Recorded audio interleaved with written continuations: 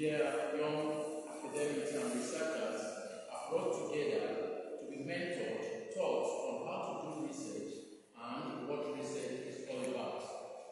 If you cannot see the slide very well, the call is big. You can move from that end and come towards the middle of the hall so that you have a very good view of the hall. Alright, so the task that I've been given to me is a very big one this morning, and I think I'm combining like three topics in one. What is research, how to do research, how to do PhD, and how to write very impactful academic papers and publishing in impactful academic sources of publication. It's a lot, but I'll try to just wrap everything around and come out with it. Yeah. Now, I'd like to start by asking this question. Who are you? Or what is your occupation? Now, by reason of the fact that you are academics, you are in the university, you have three important activities of responsibility. An academics is somebody that majorly has three responsibilities, which are teaching, research, and community service. And you are expected to be in these three activities. Now please understand that in the university, your progress and progression is measured based on these three items. Teaching, of course, at the year of promotion review, we want to see the courses you have been involved in teaching, isn't it? Then, not only that, your research output, which in most cases we just measure by papers that have been published. But I'll later tell us that research is more than just publishing paper, because most often many academics do not do research. They just wait for promotion year and quickly put some papers together, and because all we just do is to count papers. But in this era of university ranking, papers are now being evaluated. The quality of paper and the outlets with which you publish the paper now determines a lot to help to evaluate the entire university. Of course, you have not been hearing about global university ranking. Universities are put together and then they say, okay, your university came in this position. Now, one of the major things that is being used to rank university today is Scopus publication. I'll talk about that later.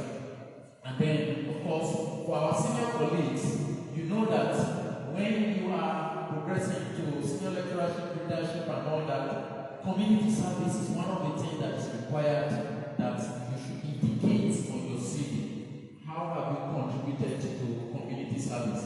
But a lot of people also get this wrong because they don't even know what is community service. What is community service? Is it going around picking papers or doing something, keeping the campus clean? Is that community service? Of course not. In the academics, that is not community service. So what then is community service? And how do I contribute in all these three aspects of my responsibility as an academic? That's part of what we'll be looking at in this presentation this morning. So I want to begin with the first aspect of my presentation, which is on research. What is research? Now let me say this before I go on to define what research is. For some academics, most especially even senior colleagues, with all due respect, some senior colleague thinks that once you attain to the position of professorship, then you no longer do research. Because they believe that research is just about either supervising students or asking your student to publish paper and putting your name. That's not research. I'll give you a surprising experience I had sometimes, I think maybe 2014 or 2016 in Germany. I was applying for the Alexander von Humboldt research, grant. And in that grant, normally, they will ask you to list some of your publications that are relevant to that application of the grant you are applying for. And then you have to list, and then they will ask you, what is your contribution to that article? Now there's the experience of somebody that wrote, and he said that, what is his contribution to that article? He said, I supervise the students. And these people that are going to evaluate your paper, they are expert researchers of international, repute. So that you supervise a student is not a contribution to that paper. What did you scientifically contribute to that work? Is what they want to know. Yeah. So I like to say that we cannot stop doing research. If we stop doing research, then the research culture will die naturally. So we must continue to do research. Let me also say this. You see, in developed countries where research is appreciated, the university is given top, priority. When COVID-19 broke out and some other pandemic, in some countries, the president of those countries will just call the research and academic community. We have a problem. Please work on this. And they start doing research to solve the problem, because research has to do with what? Solving problem. Yeah. So it's not all about students writing masters or PhD thesis. Of course, that's where we start. That's the kindergarten of research. At the masters, at the PhD, the student is being introduced into the craftsmanship of how to do research. Yeah, but what about the supervisors? Because essentially, the research work the master student is doing and the PhD student is doing is entirely conducted by the student. Isn't it? Yeah, it's entirely conducted by the student. Fine. The supervisor provides guide and supervisory role, but is he contributing in the research? So that means somehow you don't leave the entire work to the student. Even though it is the student's work, but you know that the student is going to publish. And if you are going to be part of the publication and you have to contribute scientifically, then you have to also play some role.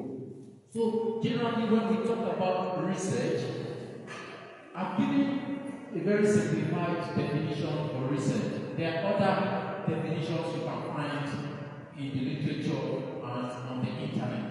But this one is very simple but very, very compact and very encompassing. What is research? I've defined research here as an organized and systematic way of finding answers to questions. Research is an organized and systematic way of finding answers to questions. That is very, very important. There are a lot of questions in the society, in the world, begging for answers. And it is the provision of answers to these questions through the process of research that gives, solution to the myriad of problems in the society. Now let me quickly say this. Research will lead to innovation. In the process of looking for solution looking for solution to problems, research will eventually lead to what? Innovation. Then innovation will in turn lead to the production of goods and services. Of course, in the society, they look for goods and services to use. But how will all this be done? It's only through research. Many of the problems of the world today have been solved through research. And do you know, may I surprise you, because sometimes we don't think in that direction. We only think that it is only we, the academics, that does research. The answer is no. Do you know that? Yeah, not only we, the academics, that are doing research. Most big multinationals, big companies, they all have R&D department, research and development. Yeah, so there are research institutes that all they do is about what? Research. Finding solutions to viral diseases, bacterial diseases. In every aspect of life, there are research going on in the pharmaceutical company on a daily basis to produce drugs. There are researches going on in the engineering. There are researches that are going on in the aeronautic and space exploration. There, of course, recently we are, if you look at some of the things happening in NASA, in SpaceX, you see a lot of exploration going on in Mars, in different other planets. So a lot of research activities are going on a daily basis. So we should disabuse our mind from the fact that we are the only one doing research. So a lot of research is also happening in research institutes, happening in big, of course, many big organizations that are providing products, goods and services that humanity is benefiting from. They do a lot of research. Of course, but you see, later I will talk about the difference between the industrial research and the academic research.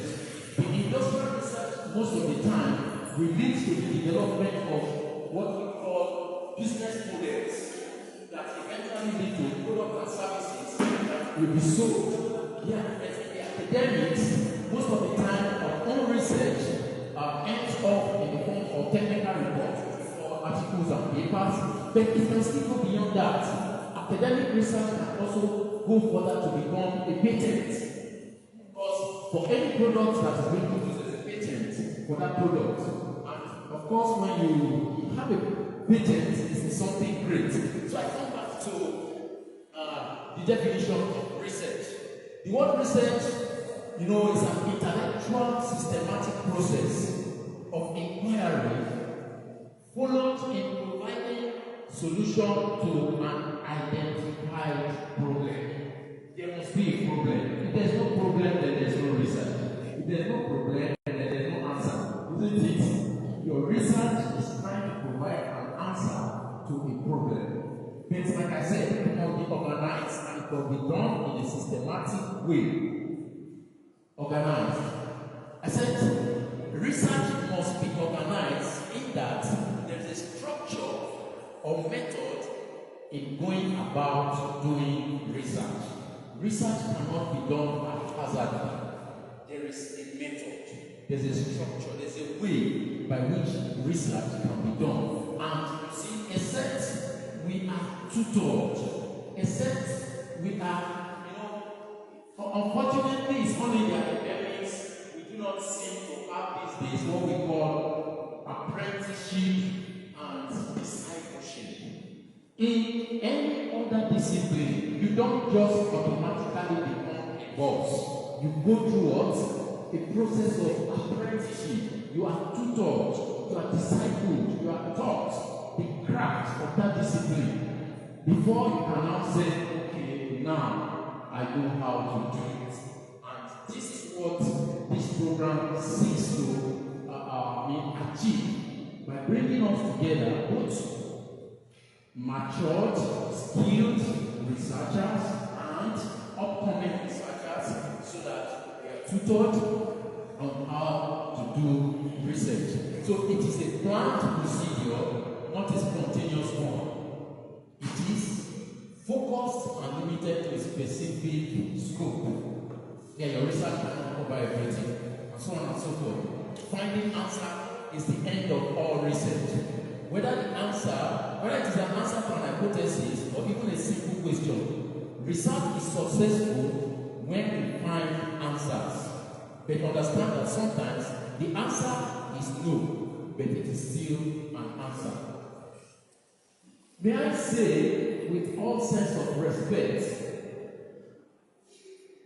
that many times when we come to do academic research, we are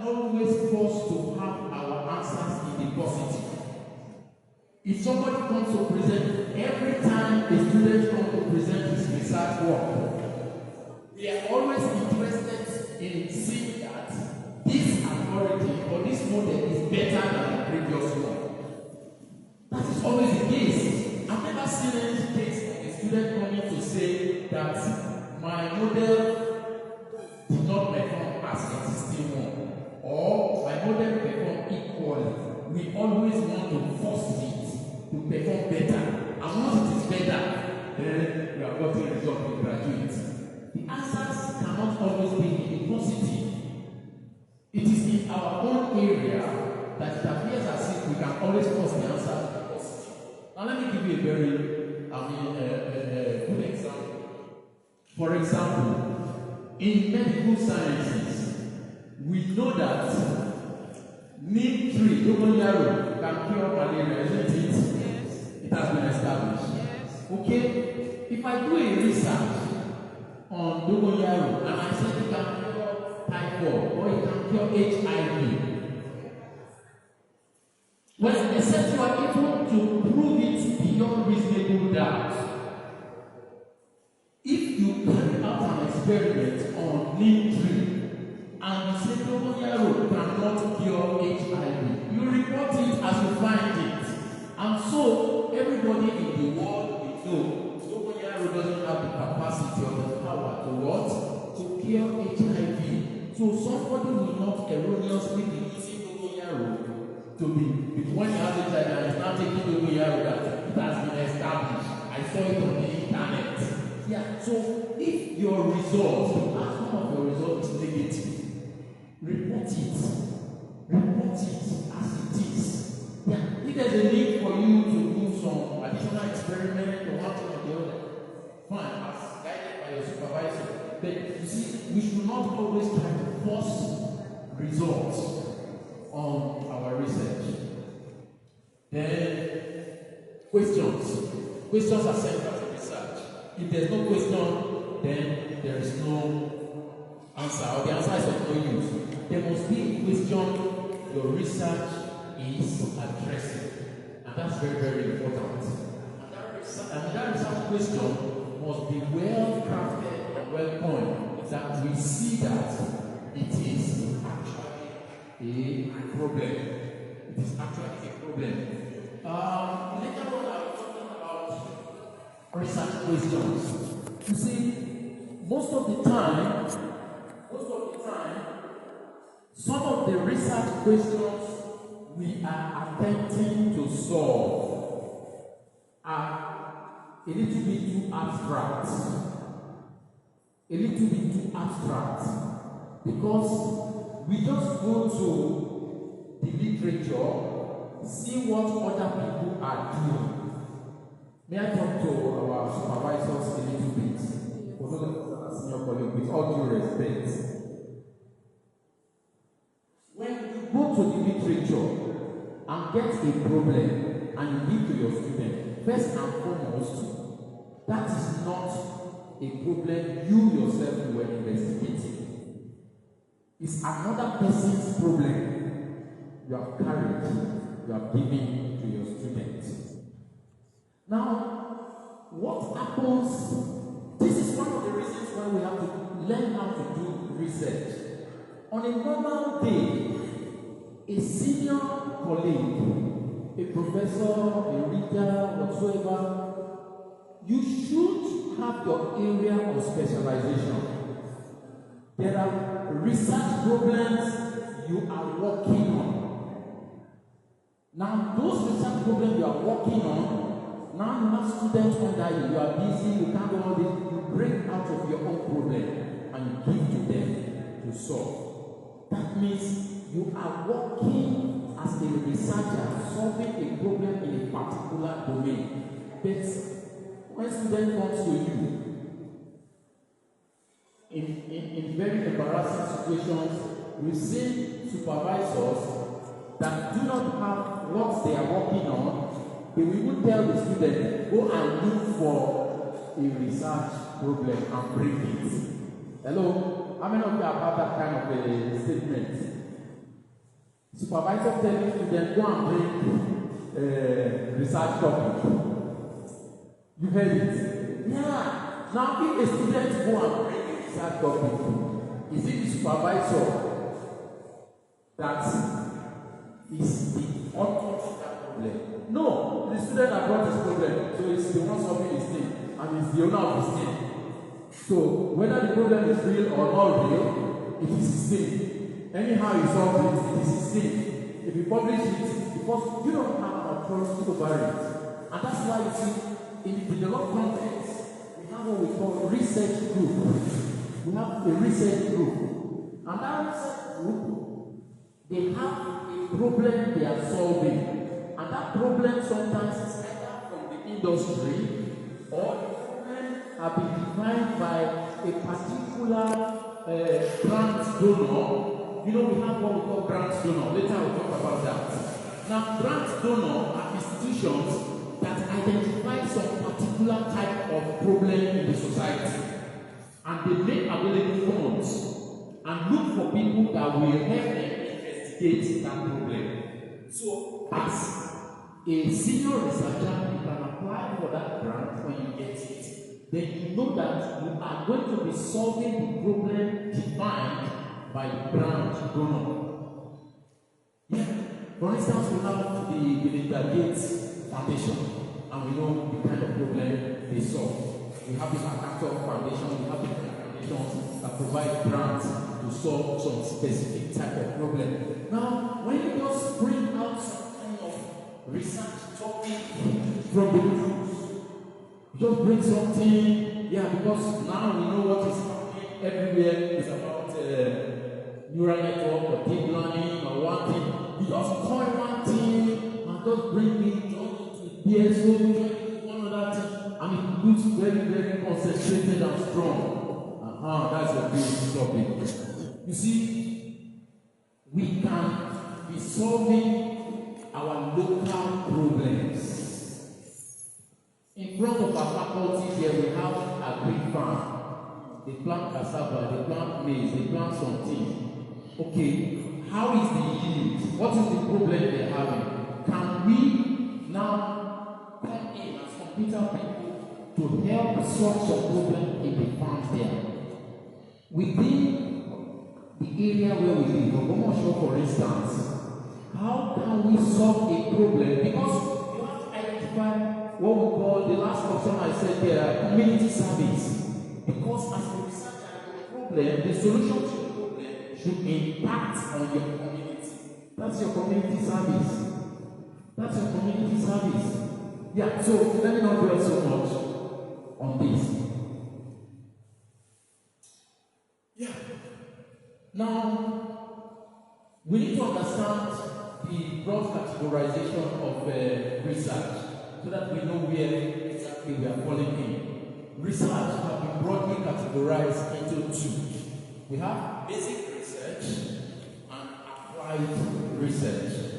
Basic research and applied research. Basic research, also known as fundamental, pure, or Baconian research, is a type of research that is curiosity driven for the primary purpose of expanding knowledge and not necessarily for practical benefits or of commercial value. The definition is clear. So when we talk about basic research, these are research that we do purposely for intellectual purposes. You do it, you publish paper, okay, you want to have you want to win Nobel laureate, and so on and so forth. Yeah, but these kind of research are not for practical purposes that solve practical human problems. Now, applied research. Applied research, also known as Newtonian or the Newtonian research, is mission-driven, that is designed to solve practical problems rather than just acquiring knowledge without immediate use. Applied research builds on outcome of basic research, and then this eventually will lead to services and products So when we talk about applied research, the findings of applied research are mapped to useful products and eventually create wealth. So on the other hand, applied research does not lead to the award of Nobel laureates or any Nobel Prize. Like I said, basic research is curiosity driven. That's what we do in academics. All we do is basic research. But in the industry, we do more of applied research. However, we can also do some things that relate to applied research. Ladies and gentlemen, do you know that, for instance, HP? How many of us know HP? Hewlett Packard, isn't it? Yeah, Hewlett Packard that we are using today. Two people started it, Hewlett and Packard, and it has developed from just academic research into product and services. Recently, I was looking at a document. HP, they were advertising, and what was the caption of the advert? They said, if the world exists till year 3000, that HP already have products that they will roll into the market up to year 3000. Because HP has a research and development department, and they do a lot of research. Look at the scanners, look at the printers, look at all the things they bring us out in the printers. Today, if you go to Stanford University in the US, there is Department of Hewlett and Packard Electrical Electronics Engineering Department, where research is going on how to produce new products on HP. Yeah, so that's the kind of thing we are looking out for. My brothers, my sisters, ladies and gentlemen, and fellow professors here, you see, if we are not doing real serious research, we will just be existing as a department and nothing will be happening. Do you know, for your information, that our Department of Computer Science have existed for over 30 years in this university? What are the research products that we can showcase for a 30 years department? If you give us concern. Now there are programs and new programs, but a lot of things are happening in society. So we should be known for a particular type of research, and we must be doing it rigorously. And that's why I'm happy that this meeting, I think one of the topics somebody will be speaking on is creating research niche, coming up with identifying research groups and creating research niche. Yeah, if we just continue in the academics in a short while now, I'm sure in another couple of years, we start having people retiring from our department, from our faculty. Now, when they are retiring and we are doing like that, the senior people are going, and the younger ones don't even know what research is. And we just think being employed in university is just to go and teach, come back, go and teach, and come back. It's far more than that. And there's benefits for research. I'll talk about that later. Some of you are senior colleagues that have gone to OAU recently to examine or do one thing or the other. You see their new structures and all that. They got a grant of $8 million. $8 what? $million. Headed by Professor Adewale. That grant, we also applied for it here. I was in a group of researchers. We applied, myself, Professor Luke, Professor Luke, and some of us. We wrote a proposal for that $8 million. Say, one grant. Yeah, we must be seen to be at the forefront of research, not just teaching and teaching and teaching. Otherwise, you become a teacher, like a secondary school teacher. That's just it. You don't have the difference. Okay, so that's the difference between applied research and basic research. The other classification of research, we have about 19 of them there: fundamental research, qualitative research, mixed research, longitudinal research, fixed research, field research, and so on and so forth. now some of this may apply to us in computing, and some may not apply directly to us. But this is just the different type of research that exists. Okay, so what is the research process? What is the research process? First and foremost, you explore, you propose, you prepare, you execute, and then analyze, and ultimately, of every research, you publish. You publish. You must tell people in the world, this is my finding. If you don't publish, nobody knows that you have done anything. Yeah, you must put it in the world, and it's interesting when you become the first person to have found that kind of solution.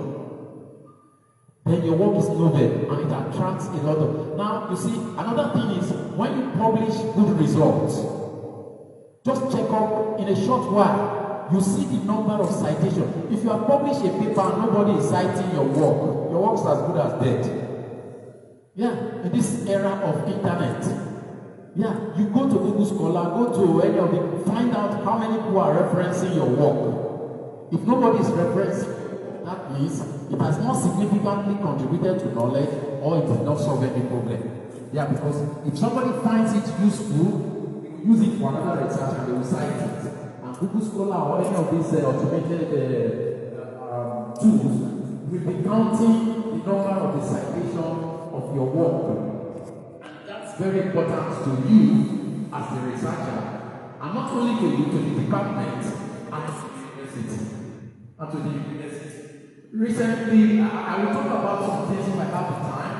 I'm a member of the university ranking committee, and we've been working on how to move ranking upwards. Of course, Mountain have attained to a particular level in university ranking globally. But we want to move it forward. But one of the area or criteria they use in ranking university is scrupulous publication. Any university that wants to apply for scrupulous publication must have a minimum of 1,000 scrupulous publication. Hello? Yeah. So, of course, how that gets that. But, ladies and gentlemen, how many of those scrupulous publications are coming from our faculty? In the last 2 convocations, you know, the university now rewards, or at least they announce the people that have the highest scrupulous publication in Lautech. Yes. It's always, I think the last time they announced Professor Badje in chemistry, in biology, Professor Wenga in chemistry, Professor Mr. Ademoye in science. Yeah, because their papers are what? Published in high impact journals. And so we should wake up as a faculty so that we are not just existing in the university. That's why I'm emphasizing this. Yeah, because we will be contributing to helping university ranking.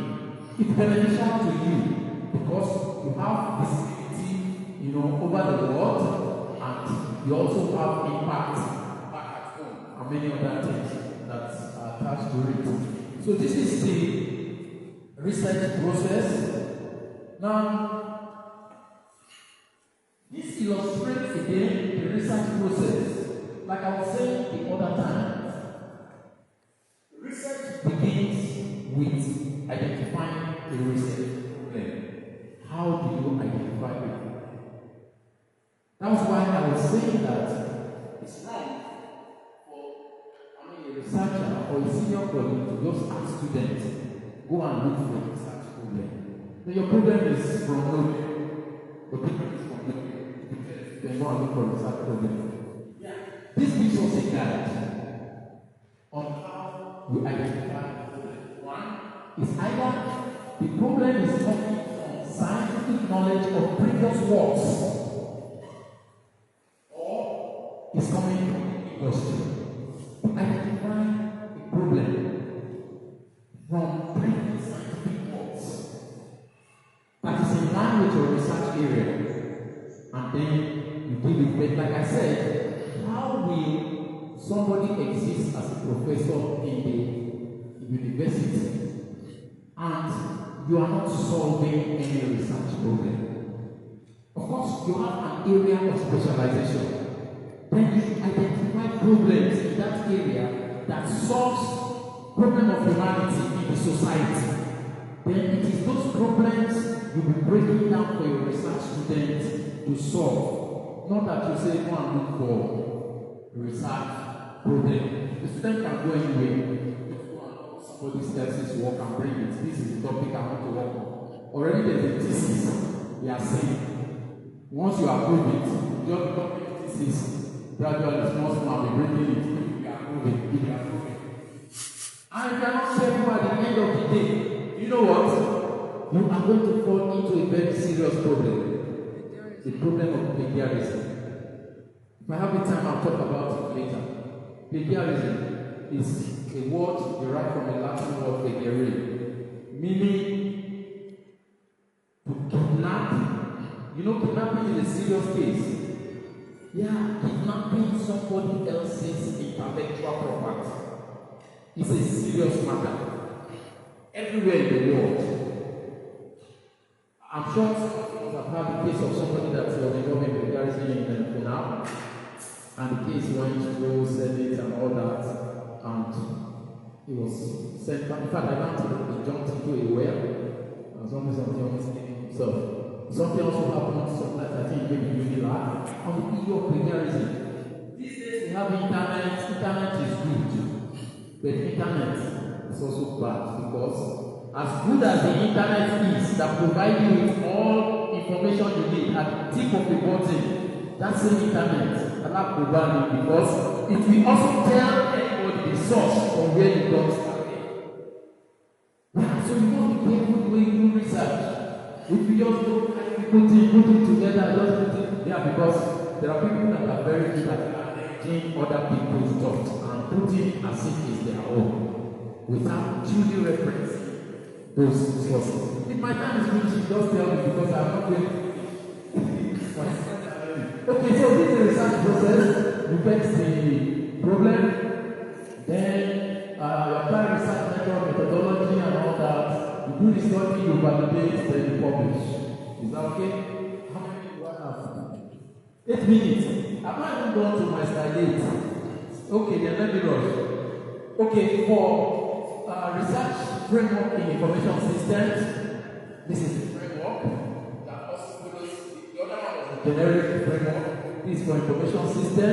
I have to rush at the speed of light because I spent so much time. Okay, so now that important research done in the university, you must understand what category of research exists and other applications that are used. So this research hierarchy, we have what we call research assistant, we have assistant researcher, we have senior researcher, we have an associate researcher, we have senior researcher, then we have what we call postdoc researcher. Let me just talk a little bit about postdoctoral research. You see, many of us in the academics today no longer or don't even bother. Once you get your PhD, you think you have arrived. PhD is just the kindergarten of research. It's what we call postdoctoral research fellowship. It's available. Unfortunately, in Africa, we don't have that structure in our academics. Basically, because we don't have fund and infrastructure to invite people to come to Africa. And we're not doing significant research. Though there are people doing research. Sometimes ago, Professor Locho told me some people from India wanted to come and do postdoc with him. You know, Professor Locho is doing serious research and he has discovered trianoidea and some other things. Yeah, there are some researchers that people want to come and do postdoc with them. But they don't have this money. Paying the person and then you provide the laboratory and the infrastructure. But for those of us here in Africa, there are a lot of opportunities abroad for postdoc. There's what we call postdoc. It is a position for learning research and doing research.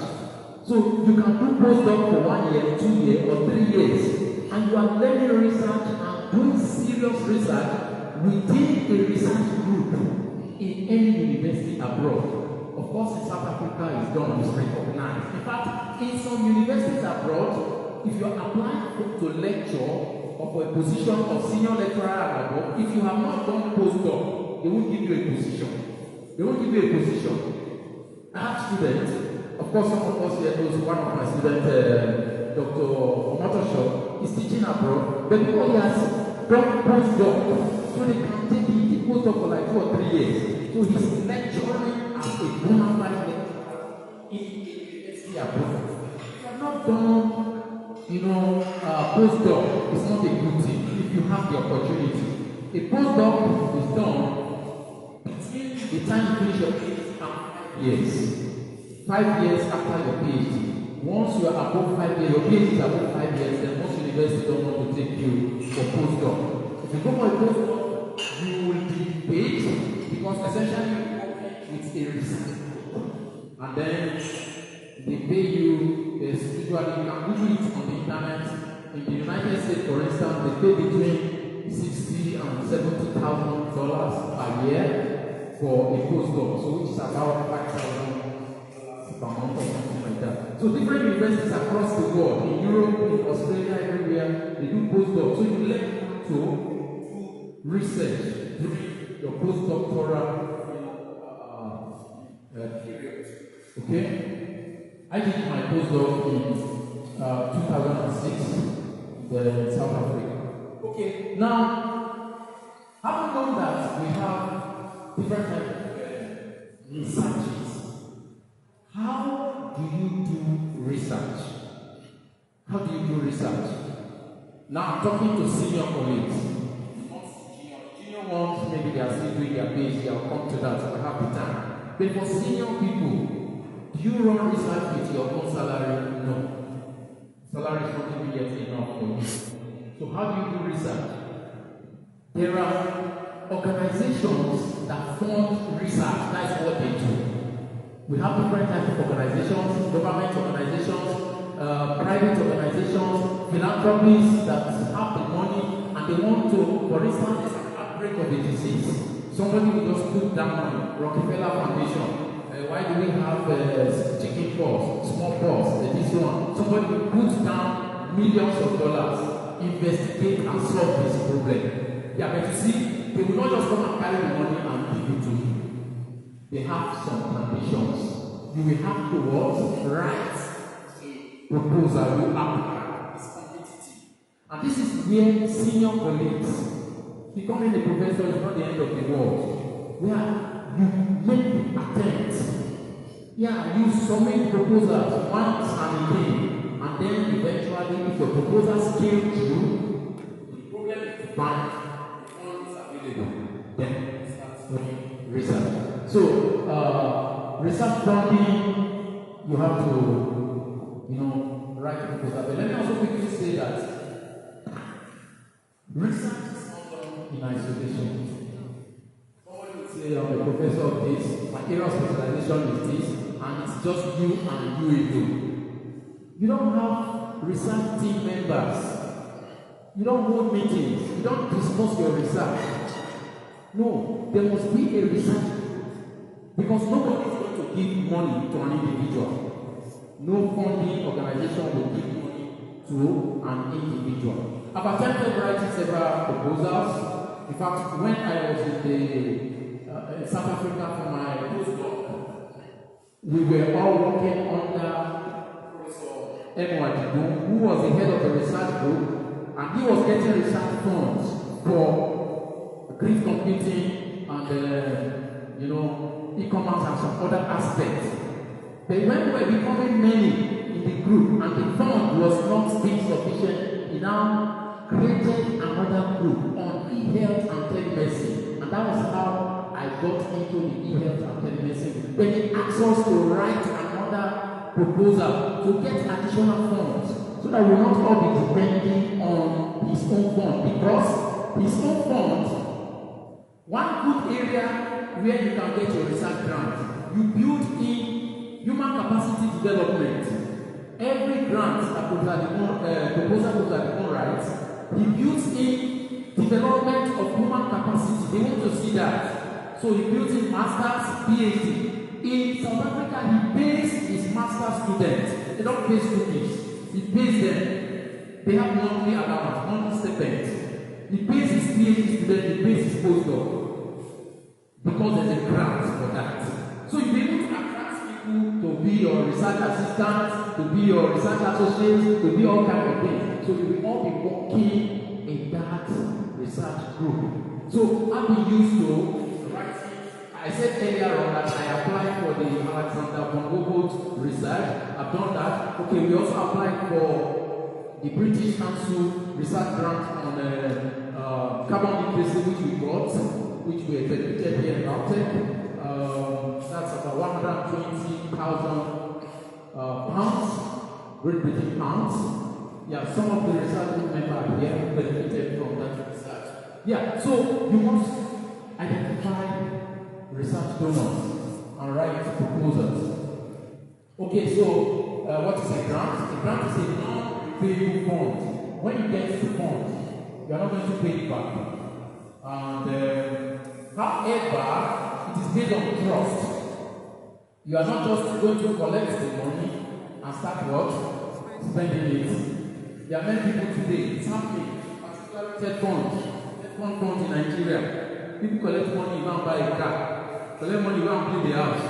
Collect money, you don't marry more wives. Collect money, you don't do this. Yeah, because they are, at the end of the grant, they tell lies. You just obtain fake receipts, snap fake videos and camera and send it to TEDCON. TEDCON doesn't come back to check it all because of the corrupt nature of our system. Now, in those parts of the world, you cannot do that. You cannot do that. If you collect grants and you mismanage it, you never get any money again, and you can be arrested and prosecuted for that. Okay. Of course, I've talked about grant and scholarship. There are scholarships. Give me 5 more minutes. Now, scholarships are available for graduate students, while grants are available for researchers. Okay. Yeah. Now, grants are also different from charity. Not a charity. The grant process, I've said that we are going to write research. The different types of grants, government grant, private grant, philanthropic grants. Now let me rush quickly to that. Now let me because of our young people. Now the PhD process is the first step to doing research for a young and upcoming researcher. What then is a doctorate? Now behind here I said the basic bachelor's degree essentially, traditionally means obtaining general education.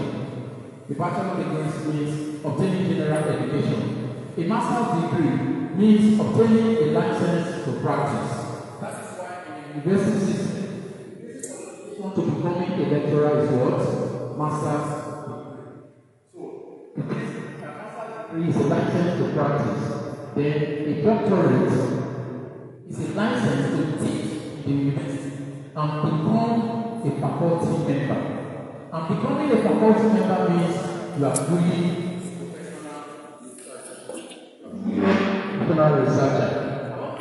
Becoming a full professional researcher, that simply means, first and foremost, that at the basic level, you have something to say that your peers want to listen to you. Hello? You say you are not a doctor, search to become a first and foremost, it means that you have something to say that people will listen to.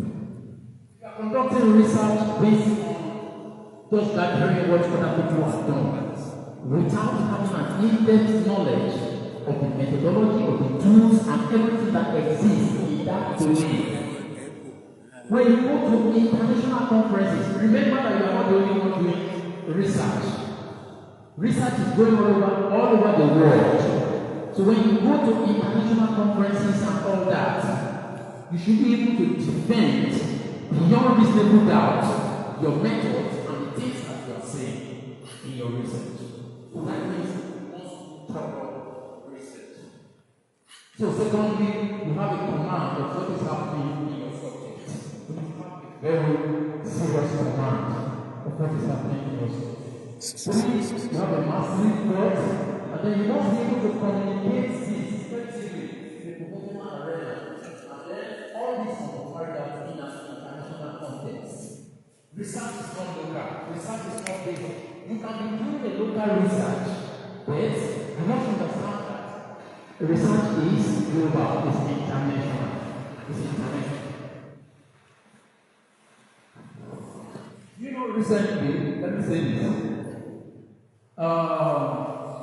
Professor Abadie biology. You know, recently he worked on cola that we are eating there, outside Kenya. Yeah, there has not been any significant research done on cola.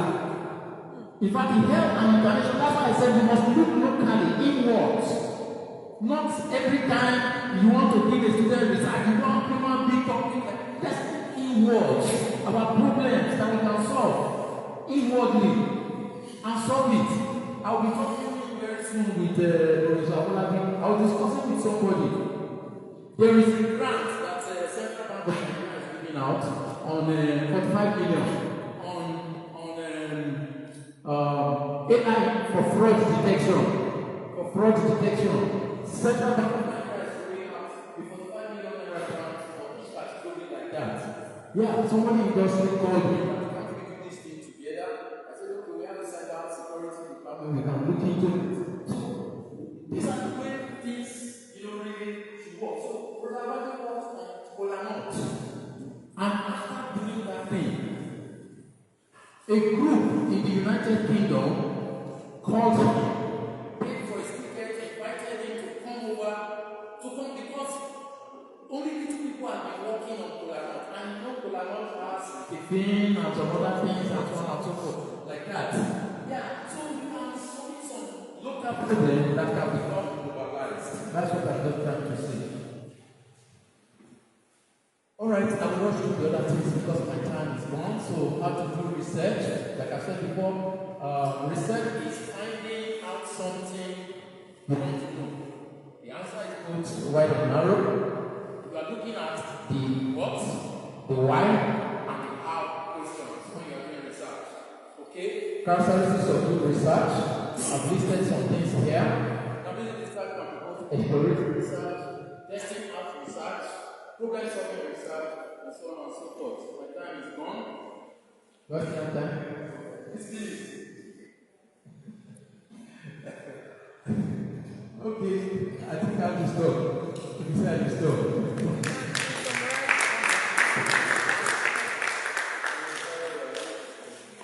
So I have to stop here. I'm still on slide 22. My slide at 55.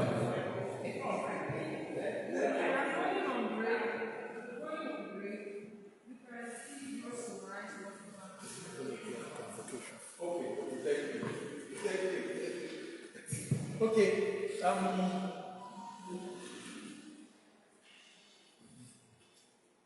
Okay, so we just quickly look at how to do research. Like I said, research is a rational problem solving process. Majorly, there are three strategies for that. Compiling into a coherent body of knowledge, the bits and pieces which other researchers, have already found, solving a problem for which no known apparent solution exists. And then looking with a new eye at existing knowledge. Now, these are the steps for rational problem solving. You find the problem area, you establish present situation, then you describe and solve aspects of the problem, then you find potential solution, you evaluate the found solution, and then you add new knowledge to the body of knowledge by publishing. Let me skip all this.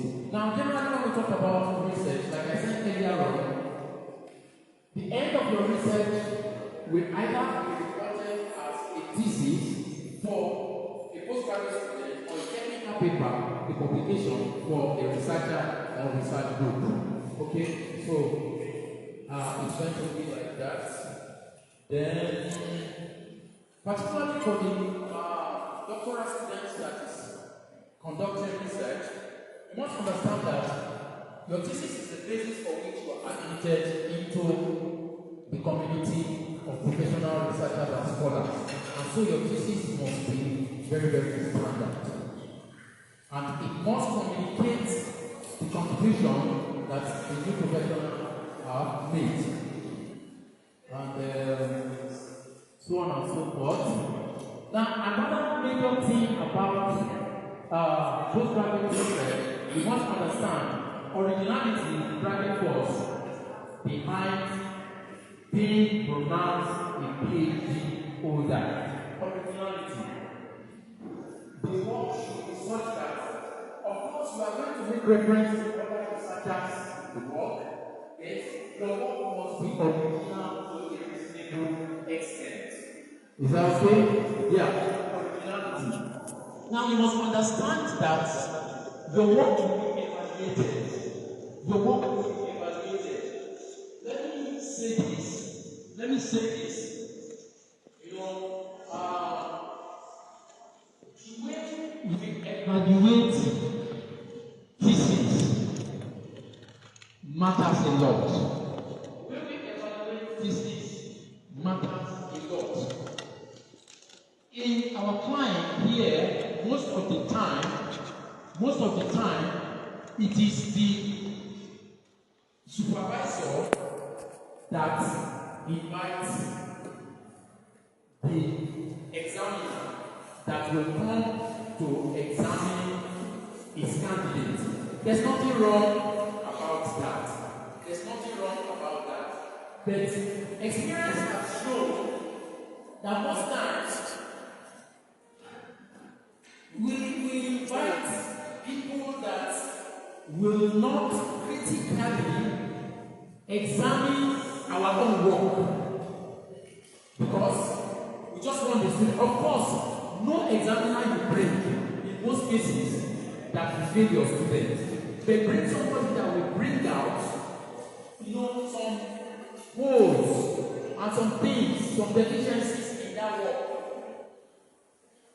Most times we just bring in, people that will just go over the work and then let's have the In some other client that I know, for instance, in South Africa, when a student has finished writing his thesis, the board of examiner asks the supervisor to suggest names of evaluators, one in that country and two outside that country. Of course, they have the money to pay for it. They send your thesis out. You don't do oral defense. They send out your thesis, and then it is evaluated.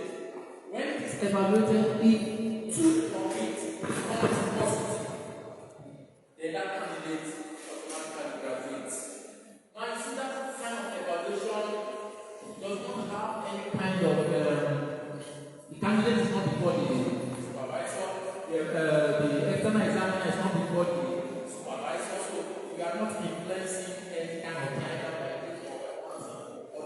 so they do, they just do a normal evaluation and send in their reports. They send in their reports.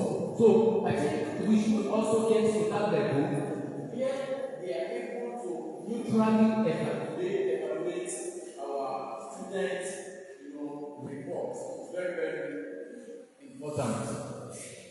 So originality, then quality of proof of concept and the rest of it. Because the structure of the thesis.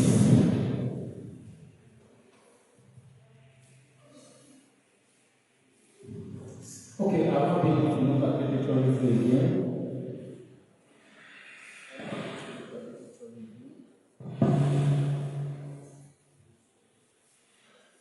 Methodology.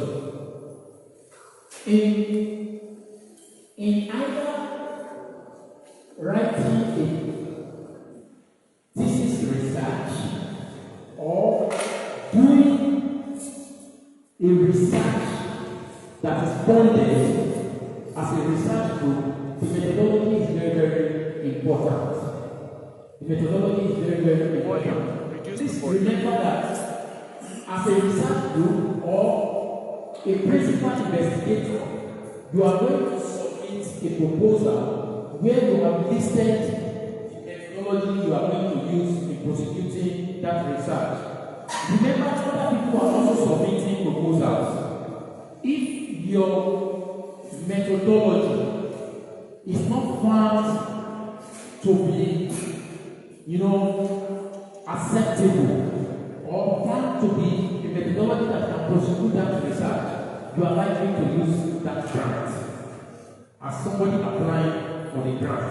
So now methodology has to do with both researchers and students under training. So you must be very, very careful the kind of research that research methodology that you use. So most times the research methodology depends on the theoretical stance of the researchers, access to resources, and how closely the problem aligns with the research problem.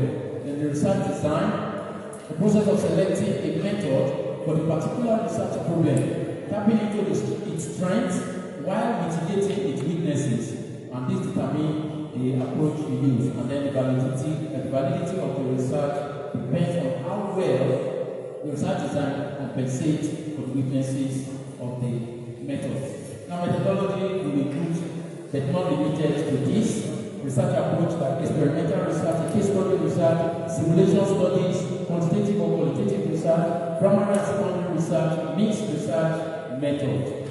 Now, under a research approach, it will be a descriptive method that is being used, evaluative method, formulative method. Under research method, it will be conceptual analysis, it could be concept implementation, for instance, like proof of a concept, case study, data analysis, and so on and so forth. Now, very, very important for every research is contribution to knowledge. The concept of originality. What is originality? Or what is contribution to knowledge? Setting down a major piece of new information in writing for the first time is considered a contribution and originality. Then continuing, just as listed because of my time, concept of originality. Now, in most cases, when your research proposal or your thesis is going to be evaluated, it is evaluated based on these criteria. One, scientific merit. Scientific merit. Your work will be evaluated based on its scientific merit. So you must be careful when you write research papers. Okay, then effective presentation. Effective presentation. How effective have your presentation been? So it is another thing. Then thorough analysis, originality and insight, insightfulness, correctness, significance, novelty, and the rest of it.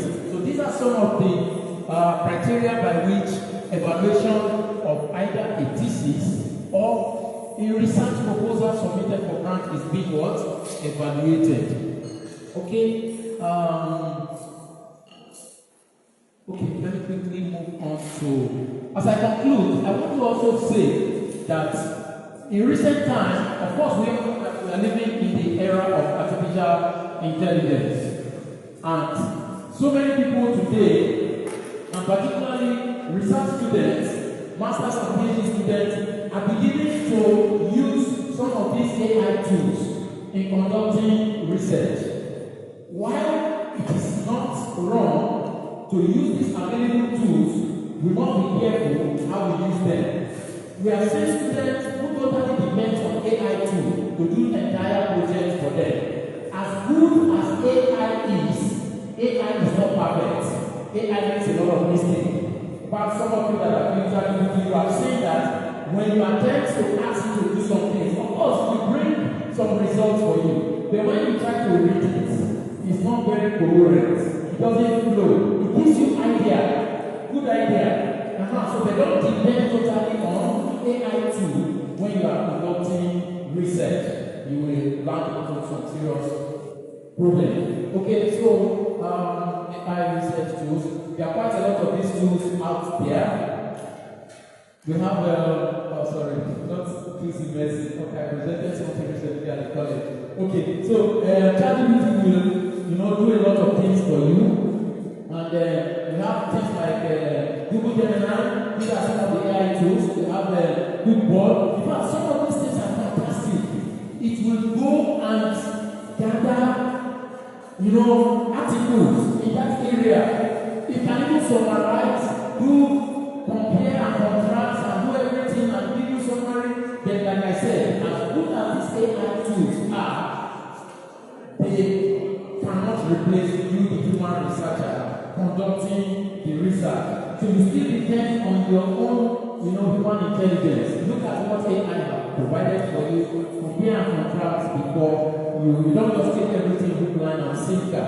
So let me just quickly run through these tools. These are some AI tools. I can see the slide. Yeah, these are AI tools, and so on and so forth. Okay, many other AI tools that are available. Semantics, Scholar, and the rest of them. If you check the meaning, check so many things, but still, they are still not all the best. Now, after all the research and all that, you publish your results. You publish your results. Now, ladies and gentlemen, let me say at this point, we can no longer just send our publication to just any journal. We are now in the era of university ranking, and the university ranking is based on high impact journals. Generally, one of the major journals that is being used today, particularly for the PhD ranking, is SYMPOSIUM. So we must be aware of this.